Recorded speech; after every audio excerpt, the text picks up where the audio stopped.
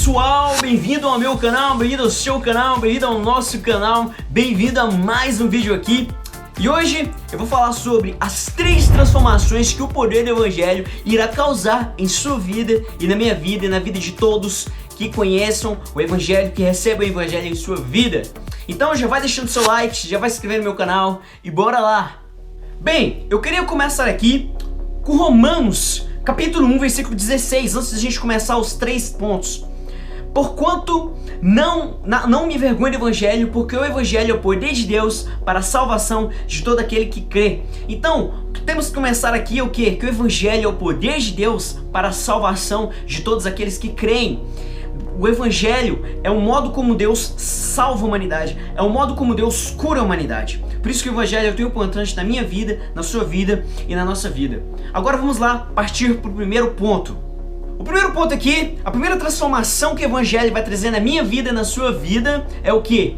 O poder do Evangelho nos faz mudar totalmente a direção da nossa vida. Essa é a primeira transformação que o Evangelho traz na nossa vida. E aqui eu vou citar 4 personagens bíblicos que teve a sua vida totalmente transformada pelo Evangelho. A primeira pessoa é Maria Madalena, que está lá em Marcos capítulo 16, do versículo 9.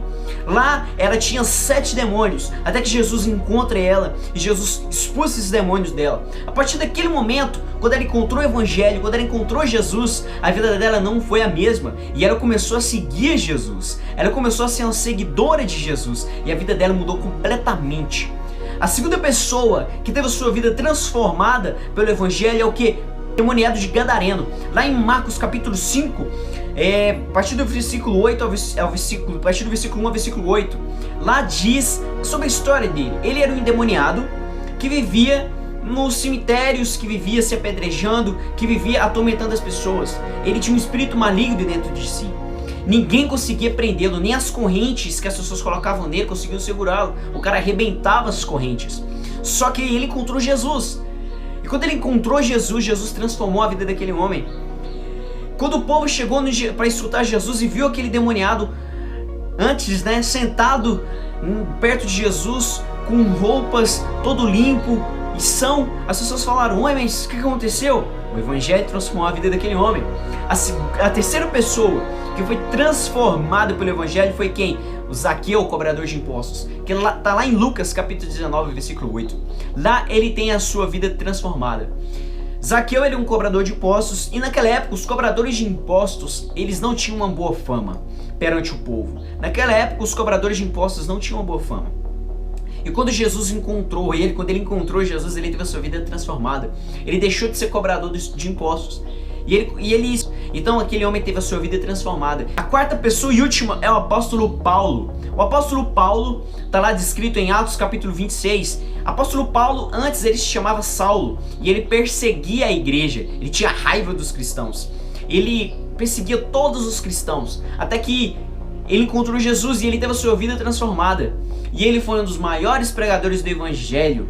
As suas cartas, o Novo Testamento tem muitas cartas do apóstolo Paulo. O apóstolo Paulo evangelizou o mundo. O apóstolo Paulo viajou pelo mundo evangelizando e falando da palavra de Deus. Então foram essas pessoas que teve a sua vida transformada, que nós possamos também encontrar Jesus e ter a nossa vida transformada por Ele. A segunda transformação que o Evangelho traz na nossa vida é o que? O poder transformador do Evangelho remove o pecado de dentro de nós. É essa segunda transformação que o Evangelho traz na nossa vida.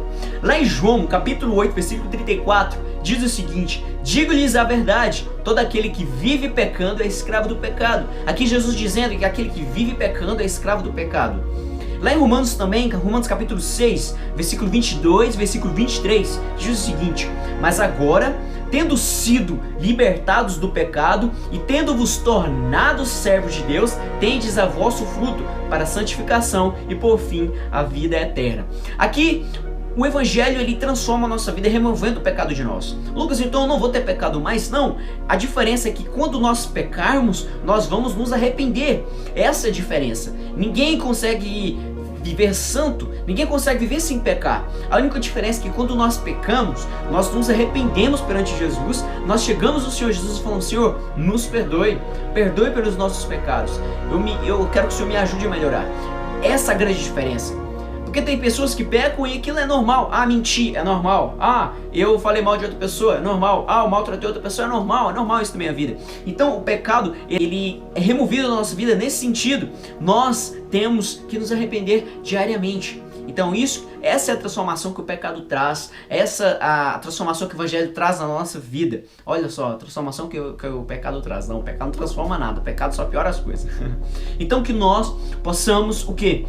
Receber essa transformação, que nós possamos nos arrepender quando pecarmos. Essa é a segunda transformação que o evangelho traz na nossa vida.